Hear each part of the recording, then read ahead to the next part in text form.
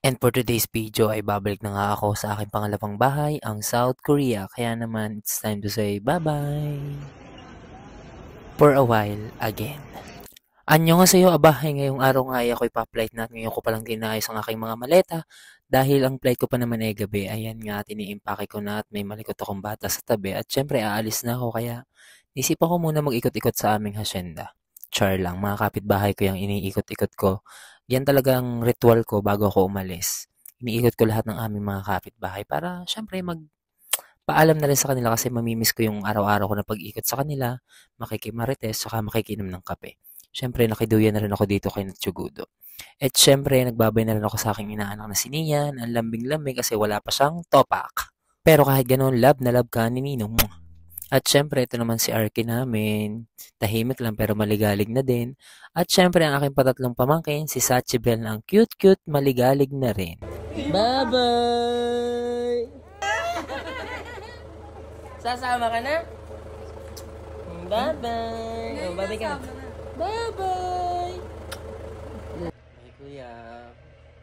Alis muna ulit ako. At yan naman si Kuya Roylan, yung kapatid namin na special at special siya sa buong pamilya namin. Nagbabay na rin ako sa kanya. At syempre, picture taking sa aming tatay na konsehal Pogi Malabana.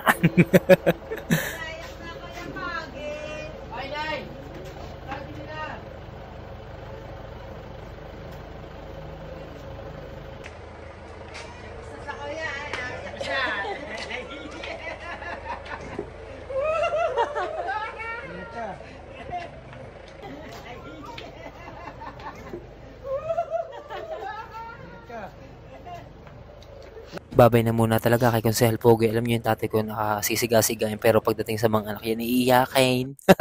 At alam niyo ba yung tatay ko, never pa niya akong naihatid sa airport. Tsaka yata kay kuya, kay ate lang siya naghatid noon. Kasi nga ang ama ay sobrang baba ng luha, kaya yung nanay ko lang lagi ay naghahatid sa akin. Tsaka nga pala yung nag-drive na ngayon ay yung aking kuya at si Sherwin kasama rin.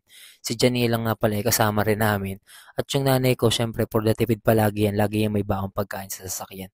And meron kaming kinakain ditong merienda kasi ayaw niyang gumastos ng malaki. Kaya naman, sulit din naman yung baon niya, nakatipid kami, pero masarap naman at sulit yung pagkain namin habang nasa biyahe.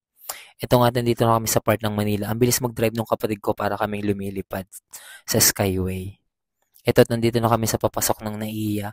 Bale, mabilis yung biyahe namin bukod sa wala namang masyadong traffic. Inagahan ko na sa airport para iwas delay.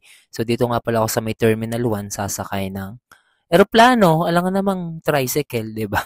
Ayan, dito nga pala sa Philippine Airlines sasakay. Ito, nakarating na kami sa NAIA, nag-parking na nga kami dito at for the picture na agad yung dalawa nating Gen Z. At dahil nagutom na rin kami sa biyahe at gabi na oras na para kumain dito sa likod ng sasakyan, ito yung literal na kain sa labas kasi yung nanay ko, for the tipid pa rin yan. Ayaw niya kumain sa restaurant, nagbaon ng peritong manok tsaka ng gulay. Eh, tipid naman, tsaka masarap talaga yung kain namin dito sa likod ng sasakyan. At kung mapapansin yung kasama nating babae dyan, napaka-sexy naman ni Janela May. Ayan na yung nanay ko, kakain na rin. Aminin nyo, yung mga nanay talaga natin gagawa at gagawa ng paraan para makatipid. Alam nyo yung nanay ko, sa tuwing maghahatid at susundo yan, hindi maaaring hindi siya magbabaon ng pagkain namin kasi ayaw niyang gumastos. Masarap din naman sa piling ko kasi bago ako umalis ng Pilipinas, luto ng nanay ko yung nakain ko. At pagkatapos nga namin kumain, ihahatid na nila ako sa taas. Pero syempre, hindi mawala ang picture taking ng mga ating mga Gen Z. At yung nanay ko hindi rin nagpatalo ng pag-picture. Syempre, napakaganda naman ng nanay ko, di ba? At sa packet na part na yan, alam nyo, mixed emotion na talaga. Siguro hindi lang ako yung OFW na sa tuwing inihahatid ng pamilya, halo-halo na yung nararamdaman, saya ka ba? At may lungkot na rin. At shoutout nga pala sa NAIA Terminal 1. Sana maglagay naman kayo ng escalator man lang dito o elevator. Ewan ko ba kung bakit. Bakit dito sa Terminal 1 sa departure, walang escalator? Tingnan ko kabigat-bigat ng maleta. Buti kasama ko yung mga kapatid ko. O baka may mag-comment na naman na napaka-reklamador ko. Hindi naman sa nagreklamo pero deserve kasi natin yung magandang serbisyo, diba? Siguro kung na-experience nyo rin to, mapapasabi rin kayo. Sana naman may escalator or magandang daan dito, diba? At ano naman kayong tinatanong ng tatlong ito sa labas? Ano, baka inaantay lumipad ng mga eroplano? Eh, mamaya pa yan. At habang nasa airport nga kami, nag-video call si Jania at nagbabay na lang din ulit ako sa aking inaanak na iyan. Anyong Nia. Palapit ng palapit yung oras ng pagpasok ko sa loob ng airport at medyo iba na talaga yung nararamdaman ko. Medyo nalulungkot na rin ako kaya naman napasenti na rin ako katabi yung nanay ko at nakatingin sa malayo. Nag-iisip kung ano nga bang isipin natin dito. Hindi ko alam kung anong tumatakbo sa isip ng nanay ko. Pero ang tumatakbo siguro sa isip ko niyan, Ilang beses pa kaya magbabalik bahay or ilang taon pa ako sa abroad. Pero naisip ko talaga na natatain na naman ako. Kaya ito, hindi pwedeng hindi natin naeksenahan ang naiya. Kaya pumasok ako sa CR nila at in fairness, meron silang bidet. Meron naman ako pang spray para kahit mabaho yung CR, may pabango tayo. At pagkatapos kong iwan ang aking baka sa CR, oras na para pumasok ng airport. Ito, naglalakad na ako, ihatid na nila ako sa pintuan ng langit. Charot, pintuan ng airport. Pero bago yun naglambing muna ako ng konti sa nanay ko bago ako tuluyang pumasok ng airport. Oh, parang naiiyak na yan. And this is it. Niyaya ko na yung nanay ko. Sabi ko, inay tara, hatid niyo na ako dito sa may entrance, papasok ng airport. Talagang iba na yung, ewan ko ba, medyo nag-iinat-inat ako dyan kasi mixed emotion na yung nararamdaman ko, pati yung katawan ko, iba na yung kinikilos. So, yeah.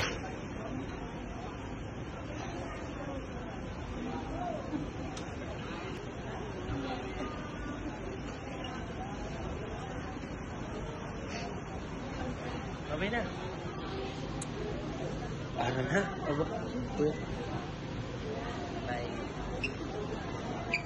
Konting hug at iyak na lang din talaga ang ginawa ko diyan. Nagpigil na rin ako kasi siyempre masisira yung foundation ko Ang tagal pa ng flight ko, 'di ba? Ilang oras pa rin yun. Kaya lakasan ng loob.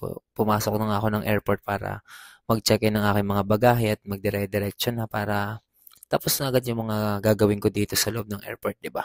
At syempre, pagpasok mo ng airport, ang unang mapupuntahan ay ang check-in counter. At pagkatapos ko mag-check-in, di magdiretso naman ako sa immigration. Syempre, bawal na dyan mag-video tsaka mag-picture. At sa mga nagtatanong ko ng requirements sa immigration, ihanda nyo lang yung inyong OAC pabalik ng Korea. At sa part na ito naman, nakalampas na ako ng immigration, kaya naman it's time para mag-shopping ng pasalubong. Joke. Nag-ikot-ikot lang ako dyan, hindi na ako namili kasi sobrang bigat na ng dala ko.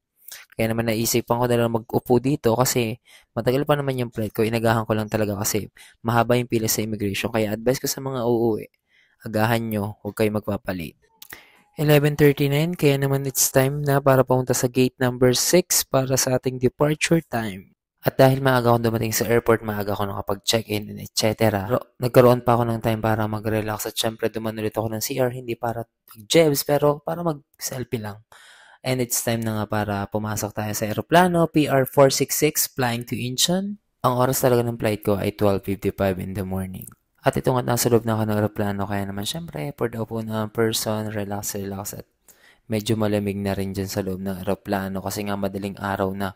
Buti na lang ang palay meron silang pakumot, meron din sila dyang maliit na unan. At sa sobrang pagod ko nga, pagkaalis pa ng aeroplano, nakatulong agad ako. At paggising ko, bigay na ng ayuda sa eroplano at ang in-order ko nga, ang kinuha ko nga palang food ay beef with pasta. So, ayan, kinain ko na din agad para mabilis akong matapos at mabilis akong makatulog. Para sa pagkain na to, 5/5. Char. Masarap naman yung pagkain nila in fairness. Tapos itong tinapay na nireklamo kung kunong nakaraan na mabibilaukan ka, okay naman siya ngayon. Tapos meron din silang pa-dessert na dried mango. So, okay naman yung pagkain nila. So, after nyan nga pala, natulog ulit ako at nagising ako ay nasa Korea area of responsibility na tayo. Ano daw? Eto, napalanding na kami dito sa Korea. Siyempre, nagpunas-punas ako ng oil ng mukha ko kasi nga bababa na ako ng Korea. Ay natatanaw ko na ang Korea na amoy ko na ang kimchi. At syempre naman, thank you kay Lord kasi safe ako makakabalik dito sa South Korea, di ba? Dahil nandito na ulit ako sa ibang bansa, ibang-iba na naman yung pakaramdam ko. Kasi alipin na naman ako ng mga Koreano sa Lunes. Ito nga at lumabas ako ng eroplano. Ibang-iba yung saya ko nung umuwi ako ng Pilipinas at nung pagbalik ko dito sa South Korea. Which is, well, ganun talaga. Pag buhay OFW, kailangan magsakripisyo. Ito at nasa loob na ako ng airport. Bali nga pala, kung babalik kayo ng Korea, kailangan pala ng Q-code. Ang naready ko kasi yung e-travel pero ang hinihingi dito sa Korea ay yung Q-code. So, search nyo na lang yung Q-code. Madali lang din naman kung magpipill up kayo kaya don't worry. So, ito nga nakapila na ako sa immigration at wala na naman ako problema dito sa Incheon Immigration kaya mabilis tayo nakalampas dito. Kaya naman oras na para kunin natin ang ating bagahe. At syempre gusto ko namang puriin ang Korean government kasi napakaganda talaga ng palakad nila dito. No hassle talaga kapag magta-travel ka dito kaya ayan, nakuha ko na rin dito yung bagahe ko kaya naman oras na talaga para umuwi. Thank you Lord kasi hindi nagka-problema yung mga bagahe ko kahit punong-puno yan ng mga paninda kong glutathione. Ay, kinarga ko na sa, ano bang tawag yan sa tinutulak na yun? Push cart. Yung aking mga maleta para lumabas na ng airport na ito at umuwi na ng Gwangju. Finally, mag-e-exit na talaga tayo at walang pa red carpet. Charing! Paglabas nga dyan, agad ko nang hahanapin kung saan ang sakay ng bus. Bali, finally, masusot ko na yung jacket ko na binili ko sa pen shop kasi ang lamig na nga talaga dito sa South Korea, no? Kasi kanina bit-bit ko lang, hindi ko siya masuot kasi ang ingit pa naman sa Pilipinas. So, paglabas ko nga ng airport ay saktong may dumating na bus. Ang biyahe ng bus is 6:50, 6:43, sakto, abot na abot. Nag-book na agad ako ng ticket dito sa may kiosk paglabas mo ng Incheon Airport. Ayan na, tumabot tayo sa bus. Ang nabili kong ticket ay 49,900 at yung bus na sasakyan ko ay premium. Napakaganda ng bus na yan. So, ito yung itsura ng loob ng bus na premium. Para kang, ano ba? Para kang ano? Parang, basta ang press ko dyan, yan yung pinakamahal na bus fare dito. Kasi yung upuan niyan, natataas baba, tapos sobrang komportable talaga pag sakay kayo ng premium bus. So, 6:51 oras na para umalis yung bus. Ayan, kaya naman oras na para matulog. At, bibiyahin na naman tayo ng Incheon to Gwangju ng 4 hours and 30 minutes. So, ilang oras na naman biyahe to. Ayan, nakatulog na ako dyan. Matutulog pa lang. Hinubad ko pala yung sapatos ko para makahinga-hinga yung pa ako. At pagbukas ko ng bintana, yes, maliwanag na. Ito ay nasa biyahe na ako papunta ng Gwangju at mag-i-stop over yata na kami dyan. At dahil premium mas nga yan, nakatulog ako ng maayos.